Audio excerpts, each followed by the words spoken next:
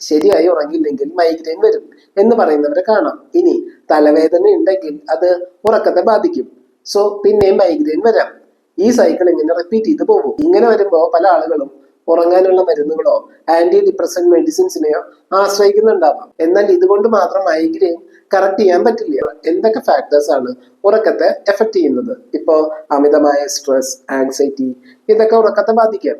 അതുപോലെ digestion correct അല്ല, അമിതമായി ഗ്യാസ് വരിക, നെഞ്ചരിച്ചൽ, പൊളിച്ചു തകറ്റൽ, acidity, constipation, fast food, junk foods, spicy ആയ ഓയിലി ആയ ഭക്ഷണങ്ങളൊക്കെ, പ്രത്യേകിച്ച് രാത്രി വളരെ ലേറ്റ് ആയി കഴിക്കുക, ബിവറേജസ്, ആൽക്കഹോൾ, ചായ, കാപ്പി എന്നിവ അമിതമായി ഉപയോഗിക്കുക, ഒബേസിറ്റി, ഹോർമോണൽ ഇംബാലൻസ്, ഇതൊക്കെ ഉറക്കത്തെ ഇൻഫ്ലുവൻസ് ചെയ്യാം. ഇത് സ്ലീപ്പ് പാറ്റേണിൽ മാത്രമല്ല മൈഗ്രെയിനിനെ എഫക്ട് ചെയ്യാം. ഇനി ഉറക്കത്തിൽ പ്രശ്നങ്ങൾ ഉണ്ടെങ്കിൽ ഇത്തരം കണ്ടീഷൻസ് ഡെവലപ്പ് ചെയ്യാനും ചാൻസ് ഉണ്ട്.